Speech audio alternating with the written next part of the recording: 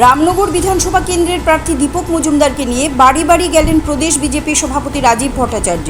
মানুষ স্বতঃস্ফূর্ততার মধ্য দিয়ে পশ্চিম ত্রিপুরা লোকসভা আসনের এবং ৭ নম্বর রামনগর বিধানসভা উপনির্বাচনের ভারতীয় জনতা পার্টির প্রার্থী বিপ্লব কুমার দেব এবং দীপক মজুমদারকে বিপুল ভোটে জয়ী করবেন। মঙ্গলবার প্রার্থীদ্বয়ের হয়ে প্রচারে বের হয়ে দৃঢ়তার সঙ্গে এই কথা বলেন প্রদেশ বিজেপি সভাপতি। ভোটার বাজারে শুধু প্রার্থীরাই নয়, দলীয় সভাপতি, মুখ্যমন্ত্রী সহ অন্যান্য নেতৃত্বরা জোর প্রচার চালিয়ে যাচ্ছেন। মঙ্গলবার দলের প্রদেশ সভাপতি ৭ নম্বর রামনগর বিধানসভার উপনির্বাচনের প্রার্থী দীপক মজুমদার এবং দলীয় কর্মী সমর্থকদের নিয়ে প্রচারে বের হন। এদিন কৃষ্ণনগর নির্বাচনী অফিস থেকে বের হয়ে ব্যানার্জি পাড়া এলাকার বাড়ি বাড়ি যান, কথা বলেন ভোটারদের সঙ্গে এবং তাদের আশীর্বাদ চান বিধানসভা এবং লোকসভা নির্বাচনের দুই প্রার্থী সমর্থনে। প্রচারে ব্যাপক সাড়া মিলছে বলে জানান রাজীববাবু।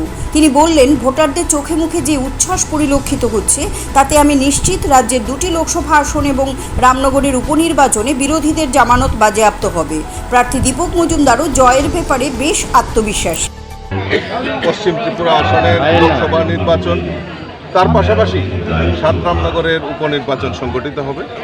আর এই পশ্চিম আসনে আমাদের প্রার্থী হয়েছেন রাজ্যের প্রাক্তন মুখ্যমন্ত্রী বিপ্লব কুমার দেব মহোদয়, এবং আমাদের ৭ রামনগর উপনির্বাচনে আমাদের প্রার্থী হয়েছেন আমাদের মেয়র, সবার পরিচিত শ্রী দীপক মজুমদার মহোদয়। এবং আমাদের, আপনারা অবগত আছেন, ২৬শে এপ্রিল আমাদের পূর্ব ত্রিপুরা আসনের লোকসভা নির্বাচন সংগঠিত হবে। সেখানে আমরা প্রার্থী করেছি রাজ্যের রাজ পরিবারের কন্যা কৃতি দেবী দেববর্মন মহোদয়কে আমরা সেখানে প্রার্থী করেছি।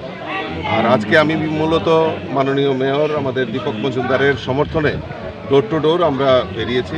মানুষের মধ্যে যে স্বতঃস্ফূর্ততা, মানুষের মধ্যে যে আমি মানে চোখে মুখে যে দীপক মজুমদারের জন্য যে আশীর্বাদ দেখলাম, আমি নিশ্চিত আমরা লোকসভা নির্বাচনের দুটি আসনেই আমরা মোদিজিকে উপহার দিতে চলছি।